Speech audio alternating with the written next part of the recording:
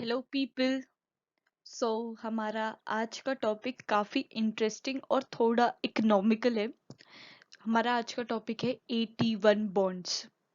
AT1 bonds ये थोड़ा सा कॉम्प्लेक्स टॉपिक है, बट अगर आप इसको ध्यान से सुनोगे तो आपको अच्छी समझ में आएगा। और जितना इजी हो सकता है मैंने उससे उतना इजी करने की कोशिश की है। तो भले ही थोड़ा कॉम्प्लेक्स है, पर अगर समझ गया तो बहुत मजा आएगा। तो आइए समझते हैं, बट उससे पहले don't forget to subscribe to the channel of News canvas.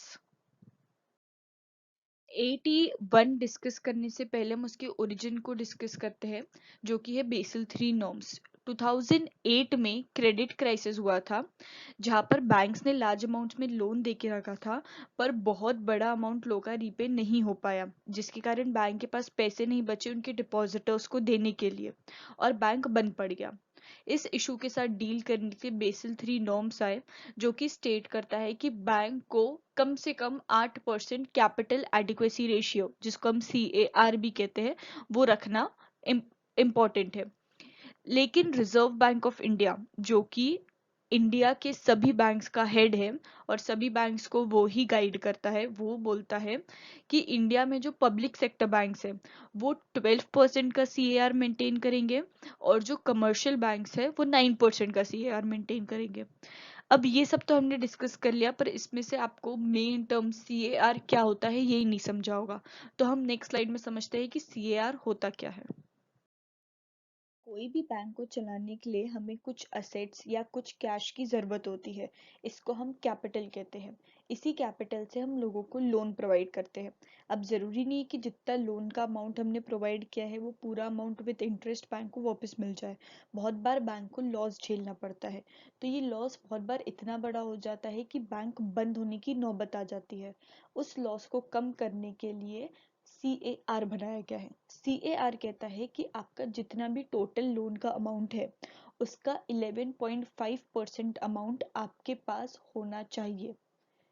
वो 11.5% अमाउंट तब यूज होगा कि जब बैंक को लॉस हुआ, लोन का अमाउंट वापस नहीं आया, तो उस लॉस को मिनिमाइज करने से और बैंक को बंद होने से बचाने के लिए ये अमाउंट यूज करा जाता है।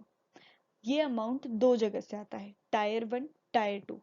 जो कोर कैपिटल है, सबसे इंपॉर्टेंट कैपिटल है, वो है टायर 1।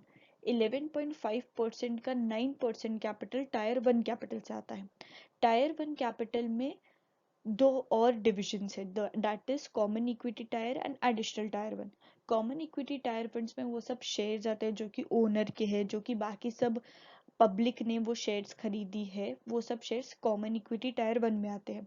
पर बहुत बार ऐसा होता है कि इन सब पैसों से भी मिला के 9% नहीं बनता है CAR का। तो banks additional tyre 1, that is AT1 bonds निकालती है। अब ये AT1 बॉन्ड्स होते क्या है, हम आगे देखते हैं। 81 बॉन्ड्स एक अनसिक्योर्ड बॉन्ड्स है, क्योंकि इसका एक परपेचुअल टेन्योर है। परपेचुअल टेन्योर यानी इसकी कोई मेच्योरिटी डेट नहीं होती, जिसका मतलब ये होता है कि हमें बॉन्ड्स को कब बैंक को रिटर्न करना है इसकी कोई फिक्स्ड डेट नहीं होती है। तो हम बैंक को कब रिटर्न करते हैं बॉन्ड्स को, जब बैंक खुद मांगती है कि अभी हमें बॉन्ड्स दे दीजिए, तब हम बैंक को रिटर्न कर देते हैं। इसे हम कहते हैं कॉल ऑप्शन। अब कुछ एडवांटेजेस और डिसएडवांटेजेस होते हैं 81 बॉन्ड्स के। जैसे कि हमने पहली स्लाइड में देखा था कि हमें टायर 1 में से कुछ 9% CAR मेंटेन करना पड़ता है। अगर ये 9% का 8% भी हो जाता है तो बैंक एलिजिबल है हमारा जो इंटरेस्ट रेट बनता है 81 बॉन्ड्स में उसको कम करने के लिए या नहीं देने के लिए। सेकेंड डिसएडवांटेज ये है कि अगर ये 9% का बहुत कम हो जाता है तो बैंक के पास ये अथॉरिटी है कि हमारा जो इंटरेस्ट है वो तो ना ही दे, प्लस हमने जो प्रिंसिपल अमाउंट दिया था बैंक को वो भी अपने पास रख ले। तो ये कुछ एडवांटेजेस बैंक को RBI ने दिए हैं। पर इसके बाद भी म्यूचुअल फंड्स 81 बॉन्ड्स में भरपूर इन्वेस्ट करता है, यानी कि 90,000 करोड़ अगर बॉन्ड का अमाउंट है मार्केट में, तो उसमें से 35,000 करोड़ म्यूचुअल बॉन्ड्स लेता है। तो आइए देखते हैं 81 बॉन्ड्स और म्यूचुअल फंड्स का क्या रिलेशन है। सेबी ने म्यूचुअल फंड्स में कुछ रिस्ट्रिक्शंस लगा दिए गए हैं। उसमें से पहला रिस्ट्रिक्शन ये है कि जो म्यूचुअल फंड को हम परपेचुअल बॉन्ड बोल रहे थे, for an unspecified period of time ये बॉन्ड थी, उसको सेबी ने बोल दिया कि ये अभी एक 100 ईयर इंस्ट्रूमेंट बन गया है। दूसरा ये है कि अगर एक म्यूचुअल फंड स्कीम है, वो म्यूचुअल फंड स्कीम अपने पूरे असेट में से सिर्फ 10% ही 81 बॉन्ड्स पे लगा सकती है। दूसरा, अगर एक म्यूचुअल फंड एक स्पेसिफाइड पर्सन का फंड लगा रही है 81 बॉन्ड्स में, तो उसका सिर्फ 5% फंड ही लगा सकती है, उससे ज़्यादा नहीं लगा सकती। ये सब रिस्ट्रिक्शंस के कारण 81 बॉन्ड्स की रिस्क बहुत ज़्यादा बढ़ गई। रिस्क बढ़ने के कारण क्या हुआ कि लोग अब बॉन्ड्स को बेचने लग गए। डिमांड कम हो गई, सप्लाई ज़्यादा हो गई। सप्लाई ज़्यादा होने के कारण क्या हुआ, इसके जो प्राइसेस है वो गिर गए। अब सपोज मेरा 100 रुपए का मैंने एक 81 बॉन्ड खरीदी, उसमें से बैंक मुझे बोलती है कि इसमें से आपको 10% यानी कि 10 रुपए as an interest rate annually मिलेगा। ठीक है। अब ये जो 81 बॉन्ड्स है ना, मेरे को ज़रूरत नहीं है तो मैंने मार्केट में बेच दी। मार्केट में बेच दी, पर उस समय अच्छी डिमांड थी उसकी, तो मैंने 100 रुपए की 110 रुपए में 81 को बॉन्ड बेच दिया। अब जो सेकेंड परसेंट है जिसने 110 रुपए में वो 81 बॉन्ड्स मिला खरीदा, उसको 10% इंटरेस्ट रेट मिलेगा क्या? नहीं।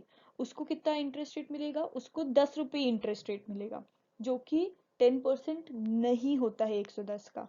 तो इसका मतलब क्या हुआ कि प्राइस बढ़ गए 81 बॉन्ड्स के, पर जो इंटरेस्ट रेट है वो कम हो गया, वो 10% से कम हो गया इंटरेस्ट रेट। ठीक है। वैसा ही उल्टा होता है, अगर प्राइस कम हो जाते हैं 81 बॉन्ड्स के, तो इंटरेस्ट रेट बढ़ जाता है। अब इस इंटरेस्ट रेट को हम बोलते हैं यील्ड। ठीक है। तो अब ऐसा माना गया क्योंकि रिस्क बढ़ गई, रिस्क बढ़ने के कारण लोग उसे बेचने लग गए तो सप्लाई ज्यादा हो गई और डिमांड कम थी, जिसके कारण उसके प्राइजेस कम हो गए। प्राइजेस कम होने के कारण उसका जो यील्ड है यानी कि जो उसका इंटरेस्ट रेट है वो बढ़ गया।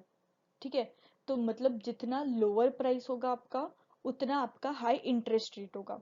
लेकिन इसके साथ साथ अब जैसे कि म्यूचुअल फंड्स के पास जो 81 बॉन्ड्स पड़े थे उसका प्राइस कम हो गया, यानी कि उनका जो टोटल असेट वैल्यू है, जो net asset value mutual funds की, वो भी कम हो गई।